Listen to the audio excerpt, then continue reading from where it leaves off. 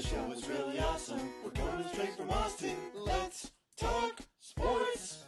Welcome back to Let's Talk Sports. I'm Dan Hurwitz. And I'm Bhuchar. We have a lot of things to talk about. We took last week off from talking about Texas football, but Longhorns are back playing a game this Saturday, Dan, which means I'll be plopped in front of my couch watching the game. What about you? I am not going to Lincoln, I'll tell you that, but I will be watching from TV as well. And there's a lot to look for in this game. Right. Nebraska's undefeated, fifth-ranked team in the country, with a redshirt freshman quarterback who's just shocking the world and is already being considered a Heisman contender. He's not really throwing the ball, so clearly this guy is a runner. And if you're a Texas defender, that's what you're looking for, right? Yeah, definitely. I mean, the Texas defense, they got some quick guys on there also. Even the big guys up front, they should be able to contain him. Will Muschamp's still got to make sure his team is ready for Martinez and still be ready to defend the pass, because you can't just fixate too much on a running quarterback and forget about his arm, because, he's a quarterback for a reason. He could throw the ball. How do you suppose Texas puts together a good offensive game? Well, they got to start throwing the ball across the middle. They've done it in previous years, and it's worked perfectly. In the Colt McCoy era, they had through Michael Finley, Quan Cosby, Jordan Shipley, just running across the middle, 6, 7, 8 yards. That's all you really need. Get it at time. You keep on getting those first downs. Then it'll open up the sideline.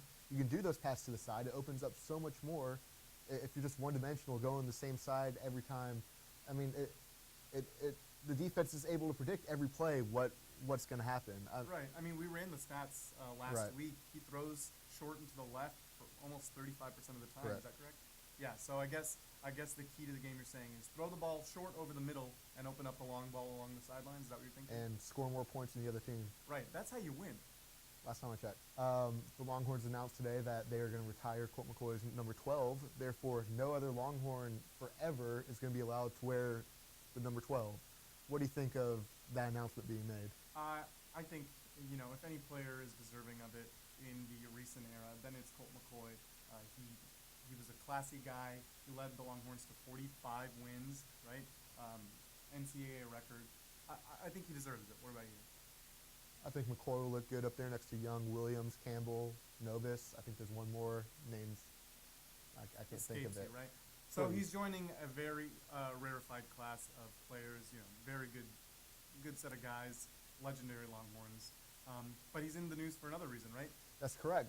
Colt McCoy is expected to start in the NFL for the Cleveland Browns on Sunday.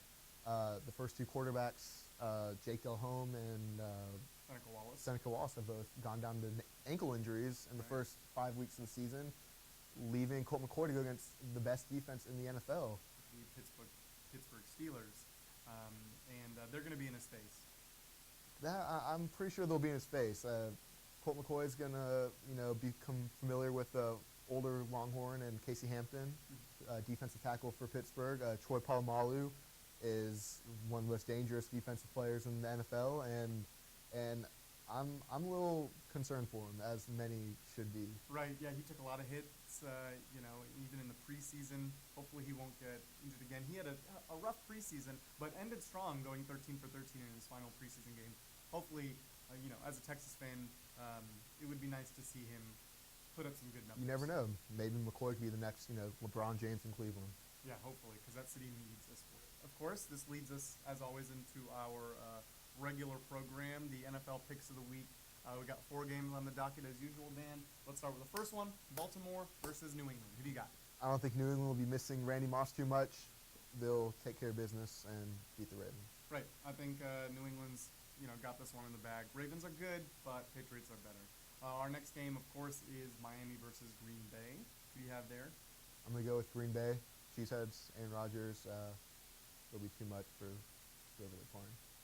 Miami. Right. Exactly. That just shows how forgettable they are. I think Green Bay is easily going to take this one. Chad Henne just doesn't have what it takes to take on a pretty good Green Bay defense. Next game, it's written on my hand, Tampa Bay versus New Orleans. Who do you got?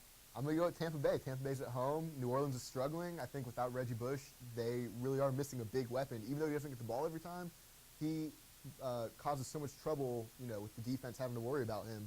I think Tampa Bay will be able to take advantage of him being gone, and they're going to upset. I think the Saints are going to win. I know they've lost a couple games now, and they are struggling, and Reggie Bush is out. But I don't think Sean Payton's going to let his Super Bowl championship team lose lose another game. So I'm going to pick the Saints on this one.